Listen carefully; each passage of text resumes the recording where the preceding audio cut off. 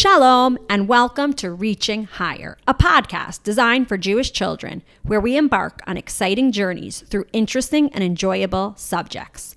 I'm your host, Atara, and together, let's jump in to the wonders that await us.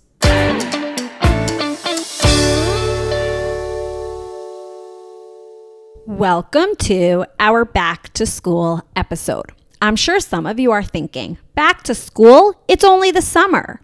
I wanted to make sure to give everyone enough time to listen to this episode, and school in Israel starts on September 1st. Maybe where you live, it starts later or earlier. I don't know.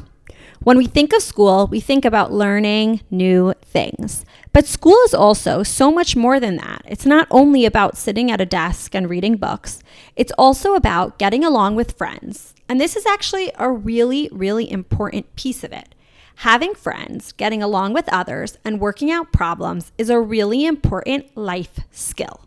We have on our show today, Miriam. Miriam works on teaching these skills, social skills. Social means relating to friends and being part of a community. To some people, these skills are natural, and you know how to make friends automatically. It's just part of your being. But you know what? It can also be really helpful to break down these skills. And Miriam is going to teach us in a really fun way how to make new friends in honor of us returning back to school. Let's welcome Miriam. Hi, Miriam. Welcome to Reaching Higher. Can you introduce yourself? Tell us where you're from, what you do. Tell us everything.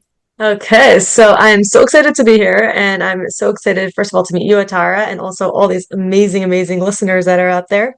And I deal with bubbles. That's what I do.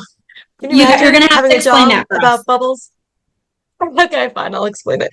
Basically, I talk to kids, and in my book, Bubble Double, refer to our amazing capacity to have this like invisible bubble that we have all around us, every single person, even your pet maybe, and your pet goldfish, that every person has their invisible bubble around them, and they can connect to other people and connect to their bubbles by sort of creating this like incredible magical second bubble, a double bubble around their bubbles. So like what I mean by this is everyone has their own self and everyone has their own personality and the foods they like and the colors they like and things they like to do and things they don't like to do. And that is all stuff that's inside of your own bubble. Right now, obviously, we're talking about invisible. We're not talking about like a real bubble. We're just talking about like an imaginary bubble, like if a could be inside of a bubble. And all their things that are them stay inside of their bubble. And it is an awesome place. And it is totally you and totally yours. No one could ever ruin your bubble, even if they want to try and be mean to your bubble. Your bubble is your bubble, and it's non-poppable inside of your own bubble. And everyone else has their own bubbles and their own world, so like mine is like Miriam world, and Atara's, yours is Atara world, and all you have your own bubbles in your own world, and everyone around you also has a bubble, like their own bubble. And what you guys can do, which is the coolest part of it, is you could take your bubble, and if the other person is interested and they're wanting to, you can actually make this like sort of like how you ever build like a fort, and like you two people go inside of this fort, you take a blanket and you put it over two chairs, and you both are in this like sort of tent type of thing. That's a great imagery. I think that's exactly how I'm thinking about it. We're both going in together into this like confined, closed area. Okay. Right. But you don't even see it until like it's not dark. It's not like squishy at all. Like you could do it outside in the bright sun in the park, while you're playing. And you are sort of like in this like special space, the two of you, and that is a bubble double. A bubble double is when two people are together and they're talking or they're hanging out or they're playing or they're even like both reading together. Like they're like, you go to your friend's house and like you both decide you both want to read and you're reading together, but you're doing it together. So even people who are reading together and are like doing it together, or like you're in a classroom or you're in camp and like everyone is doing the same thing, like everyone is jumping rope, even if one person's the spinner and one person's the jumper, you're still in that bubble because you guys are doing it together. You guys decided, okay, we're doing this together. We both want to be here, and you're talking about the same type of things. So that's what I do. I talk all day long about bubbles. Can you imagine how lucky I am? Well, where I'm having trouble, bubble double. It's like a tongue twister here. Just trying to think how many times a day you have to say bubble double. Yeah, and there's even a gum called Double Bubble to make it more confusing. That is And this confusing. gum, but I could not call it Double Bubble because the gum is already called Double Bubble. So that's why this is called a Bubble Double. And and these bubbles have like special things about them because to be in something that special, like that special space where two bubbles are together, there are certain tricks to being able to make sure that your bubble doesn't get ruined because your own bubble never gets ruined. Even if people say mean things, even if even if you're by yourself, your bubble's strong no matter what. Nothing can ever happen to your bubble. Sometimes you could feel sad in your bubble, but your bubble is still your bubble and it's still you no matter what. But if you want to be able to share space with another person and be able to have your bubbles together under this extra or inside this extra bubble double, then there's certain tricks that you can do to help yourself. So like these tricks are, I call them the three bubble tricks, and they're check, match, and stick. So Check, these are match, and stick are like the three bubble tricks. tricks how to combine and make a double bubble. Yes. Yes, look, it doesn't pop, it doesn't get too stretched, it doesn't these are like the special tricks of the bubble double. So like you could have the most fabulous bubble double. And what's cool also is you don't only have to have two people in a bubble. Like you could have your whole family who's going on a road trip together, and you're all in the car together and you guys might be singing together, or you guys all might be even being quiet together, and everyone's feeling like, just in the same space. That is not only just two people, even though it's double, but it's anybody. It's this extra bubble. That's the double bubble, is the extra bubble outside that's holding all the people that are together, that are united and, doing the same thing, wanting to be together type of thing. So yeah, Okay. that's really So tell us those three one of the things. fun How do things. we expand our bubbles and combine? Okay, so the first thing is checking because if let's say like you're like, oh, I'm so excited in my bubble, I'm like, oh my gosh, that's my friend or that's my sister, and like I'm so excited about her bubble. Like sometimes it'll happen with like a really cute younger sibling if you have a really cute baby, and you're just like, oh my gosh, my baby's so cute, and you just want to like squeeze them and pinch them and twist them, not like pinch them hard, but like on their cheeks, like fun. And we might be so excited in our bubble, but then our baby has their own bubble. So the trick is we have to check and see, does my baby want me to come over right now and tickle Okay, them? Or you have to pause because this yeah. is so relatable to me as a mom already because I have that cute almost 2 year old baby and that baby's older siblings, my other kids sometimes come and like attack. Oh, I want to hold him and take him somewhere. I said, but he's a kid. He has his own things that he wants to do. Also, you can't just grab him because he has his own bubble, like you're saying. Well, because your kids love him so much, they just want to be with him. So in their bubble, they're thinking, I love my baby. My baby is the cutest thing ever. I love my baby and I just want to be near my baby. And that makes so much sense. They're in their bubble. Their bubble's awesome. The tricky thing that becomes a little tricky is the baby has this own bubble. So if you want to be connected in the same bubble space to a bubble double, you've got to check your baby. Your baby's bubble. What's happening in my baby's bubble? Does my baby want me to play? Does my baby want some space? Is my baby about to take a nap and is very crabby? And sometimes we can't tell. So like you might like come a little bit and like if you see like if you like do a little tickle and like they like move away and go, like that type of sound, then it's like, oh, okay. I just checked. They are not interested. Or like if your friend is like, sitting at the table and like reading a book and they're like, hey, how are you, Avi? And they're like not paying attention to you. That's a really good sign. They are not available. That bubble double, you checked, you saw what's going on in their bubble space, and you see that bubble, they are not available right now. That is just not happening in this space right now. So that's the first step. The first step is you check and you see, is the other person available? Can you Are they tell on the us an phone? Are they talking example? to somebody else? Could you tell us an example, Miriam, of it checking where someone is available? Yes. So like you might go to the park and you might see like you might be on the slides playing with your siblings and you see this other kid that's sort of standing at the bottom of the slide who's just watching you guys, watching you guys, watching you guys. And you might be like, why are they watching me? But that might be them showing I am checking or they are available to play together. That's a sign. Like they're not, and they might be like so excited when you say like, oh, do you want to come on the slide with us? We're doing trains. And be like, yes, I want to. I was totally available. I was watching, I was paying attention, I was here, I wasn't talking to anybody else, I wasn't doing anything else. So you checked, and now this bubble, this person, they are totally on board to join me in my play. So that's the first step is the checking, of the check, match, and stick. And the second one is a really fun one because do you ever play the game where like one person is standing and then the other person faces them and it's called mirror, where like you raise your hand and then they have to like copy you and like then they move the other hand, you have to copy them and they move the other hand and you're trying to mirror what they're doing. So the second step is matching. And that's about making sure that you and the other people in the group are doing like the same thing. If one person is trying to jump rope, another person's kicking a soccer ball, ouch. Like they're gonna just crash. Like that is not gonna work. If two people who are trying to share a bubble space are doing such different things, and no way is that gonna work. No way. I like So that that's just a really example. important thing to think about. I like that example of the mirror Because that because you don't happens. actually have to do the exact same movement as them, but you have to be in the same bubble space. You have to be doing something similar. Like you said, if you're jumping rope and you're playing soccer, that doesn't sound like really playing together. So you have to be doing this Right. similar thing. And even in the class, like sometimes like you'll everyone will be talking about something and one kid will say something and you're like, what? That's not matching our topic. Right now, we're all talking about our pizza party CM that we're having, and we are not really interested right now to talk about your friend's new dog. And sort of like that's a little bit confusing. That's not really matching. But like you could say to them, like, I know we're talking about the CM. Are you guys interested in hearing about the dog? They might say yes. They might say like, oh, in a little bit. But that's how you know, like, am I matching what everyone is talking about? Am I matching what everyone is doing? And then checking to see like you're going to keep on checking, keep on matching, and seeing like, okay, does this feel comfortable? Do I feel like I'm matching what these people are doing? Does it? And then check, did I feel good about that? Did I not feel good about that? And you're sort of like doing this, like doing these bubble tricks like all the time, and they're like the more you practice them, like you become really, really, really good at it. Like you might even see like some friends like have really practiced. And for them, it might be easier just because they practice. So then, that's the second thing is really the matching. So the checking and then the matching.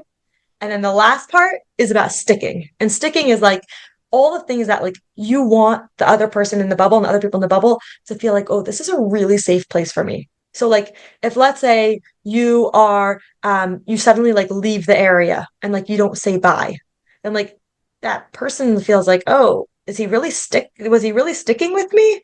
Or was he just like sort of walking out without saying goodbye? Or if let's say like the person's talking to you and you're going, uh-huh, uh-huh, uh-huh, but you really are still looking at your book. Or, and then you sort of feel like, were they really sticking with me? Or if like you're talking to like, an adult and they're checking their phone and they're going, uh-huh, uh-huh. That same type of feeling, you know what I'm talking about? Uh That huh. Uh feeling of like, huh. are Uh they huh. really I know what you're talking about. sticking Uh huh. Uh huh. with me? Are you listening to Tara? Are you sticking with me? I'm sticking with you. I'm listening. I promise. I'm listening. Well, I could tell because even though everyone else can't see, but I see that you're looking at me and your body is still and you're paying attention to me. And so like if let's say somebody's not, then they need to let the other person know, I know that I'm not looking at you, but I'm still listening. I'm just washing the dishes while I'm talking because they might think, oh, they're not really sticking with me. So you just let them know, I'm with you, and I could even tell you back what you said because I'm really with you. But that's sort of some of the tricks. Like if you're looking at the person, they know that you're paying attention. And if you see the other person, like you're checking and you're seeing like, oh, the other person keeps on like looking away or like trying to say like, okay, gotta go, gotta go. That's a good sign for you to be like, oh, they're not really available for sticking right now. And you say, okay, we'll talk later. And then you safely close your bubble double so that way they want to come in again. It feels like a safe space because you said goodbye and you closed it in a comfortable way. And then next time you see them, whammo, you guys can redo another bubble double because you guys have made a safe space with the two of you in your bubbles. I That's had what I this do. That's I what we had get this to do all day. morning with one of my kids. They were like packing up their backpack for camp because they knew they had to be out the door. And I was trying to explain to them like the schedule for the afternoon. If I wasn't going to be home when they got home, here's where you have to go. Here's what you have to do. And they said to me, I'm listening. I feel like I'm in a rush. So I'm packing up my bag at the same time. So it's like he still maintained that connection with me, even though he wasn't looking and it looked like he was doing something else, but we were trying to have a conversation, but he was busy with something, but he was letting me know I'm sticking with you. So he was making sure that it was like a safe space between the two of you. Like he let you know, like I'm really am stuck with you. I really am connected with you. I just also have to do something else, which sometimes happens because we all have our own bubble aside from our connected bubble. And you just let the other person know what's happening in your bubble when they might think, oh, is this about our bubble double or is this about your own bubble? So then you just let them know what's happening. And that's just a really fun trick. Amazing. So, Miriam, we're talking a lot about bubbles, but these bubbles are imaginary, right? We can't really see them. So, can you give us a practical example? How could we apply what you're talking about, bubbles and making new friends and connections with other people, to the first day of school?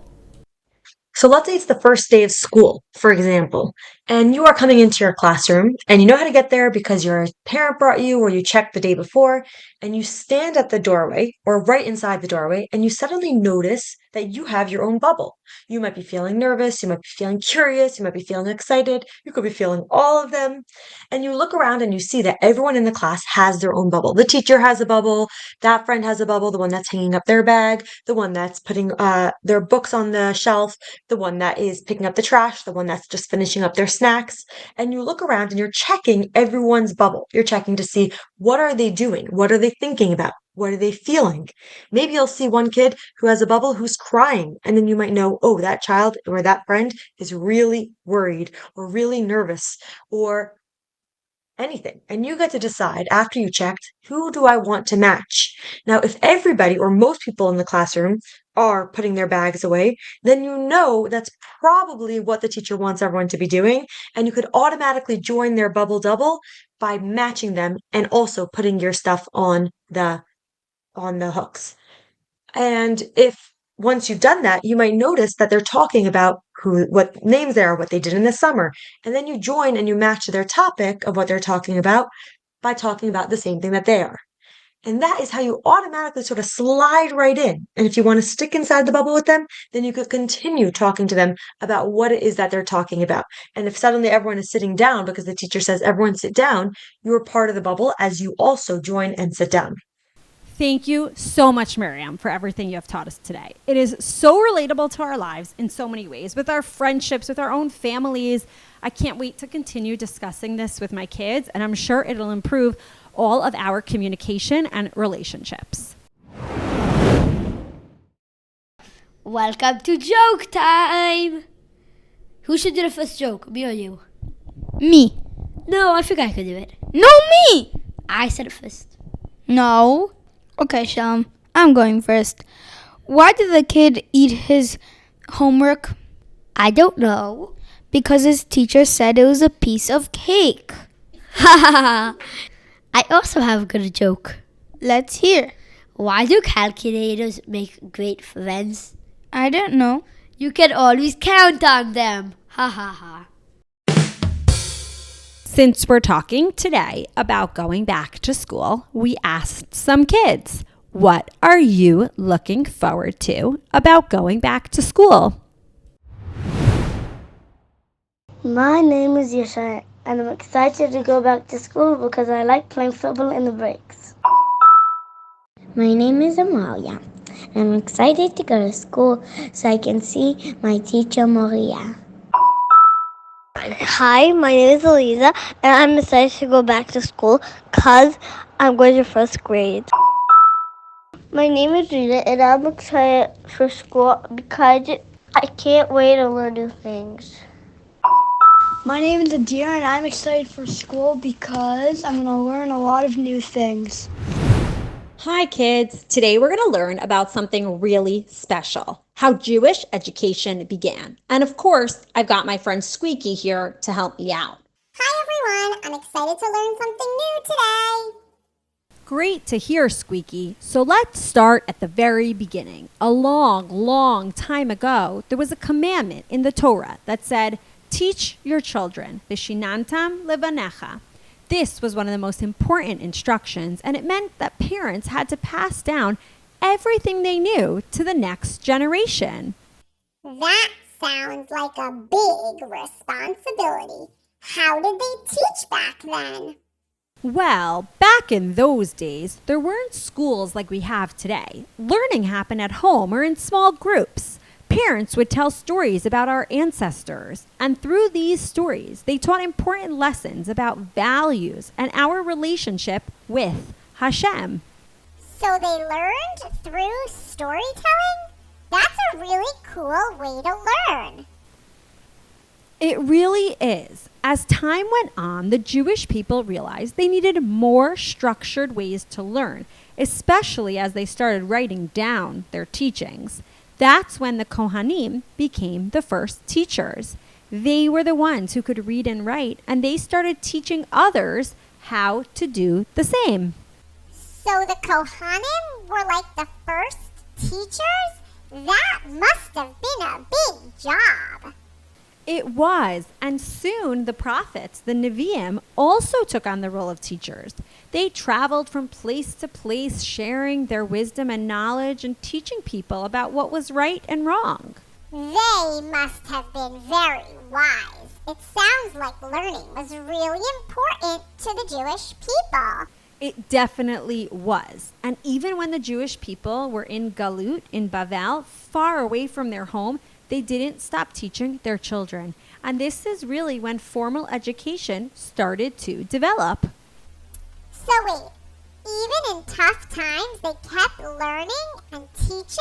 Exactly. They knew that keeping their traditions, their minhagim, and teaching alive was essential. It was so important. Everyone learned to read and memorize parts of the Torah, and they also learned important skills to help their families and the communities. It sounds like everyone had something important to learn. They did. And when the Jewish people finally returned to their land of Eretz Yisrael and rebuilt the Beit HaMikdash, education became even more important. Leaders like Shimon ben Shetach and Yehoshua ben Gamla made sure that everyone had access to school and that there were teachers in every town. That must have made a big difference. It did. These teachers were very special. They weren't just teaching subjects and material. They were teaching how to live according to the Jewish values. They were wise, patient, and really cared about their students. It also sounds like the teachers were really respected by the students. They were, and they are still today. Jewish education has always been about more than just learning facts. It's about passing on a way of life and connecting to something much bigger than ourselves. So, learning isn't just about schoolwork, it's about understanding who we are and where we come from? Exactly, Squeaky. And that's why it's so important to keep asking questions and keep learning, just like the generations before us did. I'm going to remember that. Thank you for sharing this story with us. You're welcome, Squeaky. And remember, kids, learning is a journey that began a long time ago, and you're all part of it. Keep exploring, reading, and keep discovering new things every day. And there you have it. That is our back to school episode. Thank you to Miriam for teaching us all these important life skills about bubbles. Remember to always use her tricks about how to know if others want to make a bubble double with you. Let us know if these skills help you make new friends when you get back to school. As usual, we hope you liked Shalom and Yisrael's funny jokes. And now you have a bit more background about how schools got started from our conversation with my dear friend Squeaky. Remember to message us or email us if you enjoyed our episode, reachinghigherpodcast@gmail.com, or you can find us on Instagram. We can't wait to see you on next week's episode of Reaching Higher.